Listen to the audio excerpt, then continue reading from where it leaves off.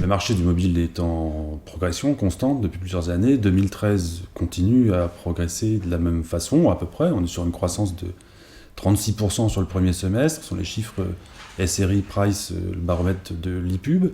La croissance sur un petit marché ou un marché en développement fort tarde encore un peu à venir. Le poids relatif des investissements sur le mobile reste encore en retard en France par rapport à d'autres pays comme l'Angleterre, l'Italie ou les États-Unis, bien sûr.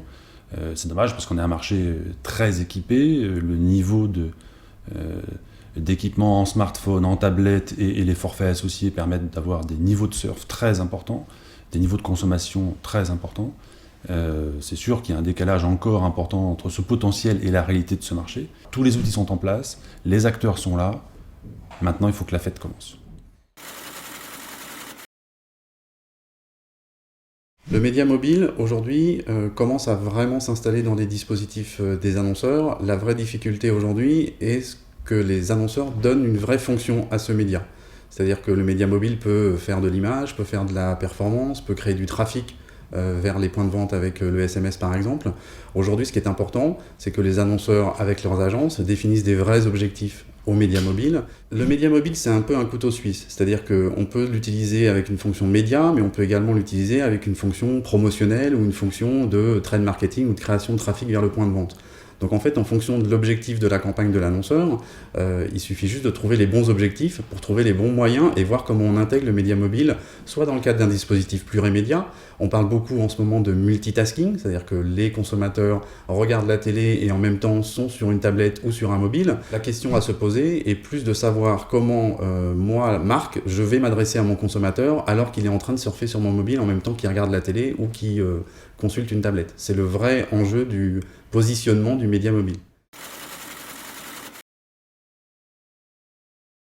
Pourquoi on peut faire du branding sur le média mobile ? Parce que c'est un média extrêmement puissant. Avec l'arrivée des formats HTML5, on est sur des formats de plus en plus créatifs, de plus en plus interactifs et qui permettent de jouer sur le côté tactile du terminal, qui est le seul média avec lequel on peut vraiment jouer et vraiment amorcer le dialogue avec le consommateur jusqu'à faire jouer avec la marque avec son doigt. La révolution du média mobile, il y a 4 ans, ça a été lancé avec Médiamétrie et la mesure d'audience. Aujourd'hui, le média mobile est mesuré avec la mesure d'audience qui est quasiment la plus parfaite de toutes les mesures d'audience qui peuvent exister au monde, puisqu'elle est mesurée sur quasiment 100% de son audience. Tous les jours, les opérateurs envoient de manière anonyme à Médiamétrie les logs de connexion de l'ensemble des mobinautes. Médiamétrie en ce moment et les acteurs du marché sont en train de développer des outils de média planning qui vont pouvoir intégrer le média mobile au même titre que les autres médias afin de mesurer des notions de couverture, de répétition et donc de GRP sur le média mobile. SFR Régie est toujours leader sur ce marché. On est entre 15 et 18% de part de marché sur le mobile. Ça valide notre positionnement de régie complémentaire premium. La constance paye. Il faut continuer à pousser tous les éléments structurants de ce marché, dont une offre claire, stable, et avec des outils qui permettent, dans la transparence, qui est quand même, à mon avis, un des mots-clés extrêmement importants aujourd'hui, parce qu'il y a tellement de possibilités de communication, tellement de leviers possibles, qu'il faut à tout prix clarifier les positionnements, aider à faire en sorte que ces investissements soient faits sur des supports, à travers des offres qui soient claires et structurées. Par contre, on prétend avoir une offre large et profonde, donc oui, tout ce qui est achat programmatique, nous allons dans ce sens-là. Là encore, en ayant une offre la plus segmentée possible, en défendant la valeur. Donc, par exemple, sur le RTB, on a une offre aujourd'hui déjà, qui est une offre, mais pas sur les invendus. C'est un mode d'achat, le RTB. Ça n'est pas uniquement du yield pur et dur. C'est un mode d'achat qui permet d'avoir et de défendre la valeur des différentes marques que l'on représente.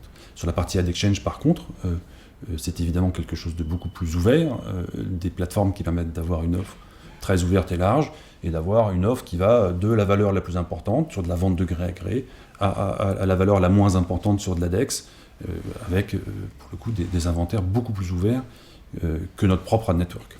Nous sommes sur une stratégie d'alliance depuis le début. Depuis le début, nous considérons que nous sommes en train de constituer une offre qui est puissante, la plus puissante possible, tout en restant fortement cohérent. Nous voulons garder une offre cohérente en termes de cible et en termes de dispositifs que l'on est capable de mettre à disposition du marché. Dans ce cadre-là, nous sommes à la recherche continue de nouveaux partenaires, bien sûr. Nous allons certainement annoncer d'ici la fin de l'année de nouveaux partenaires. Nous sommes en cours de discussion avec certains. Est-ce qu'ils souhaitent réinternaliser ?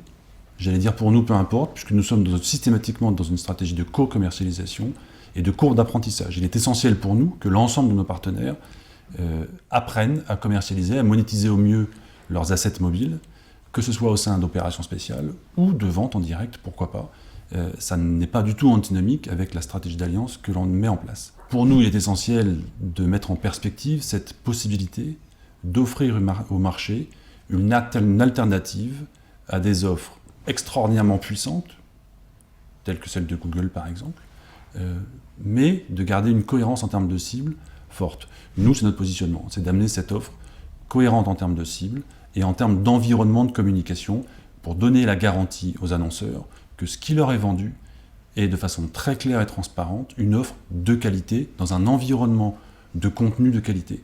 C'est ça la valeur qu'on défend et c'est ça le positionnement de la SFR Régie dans le temps.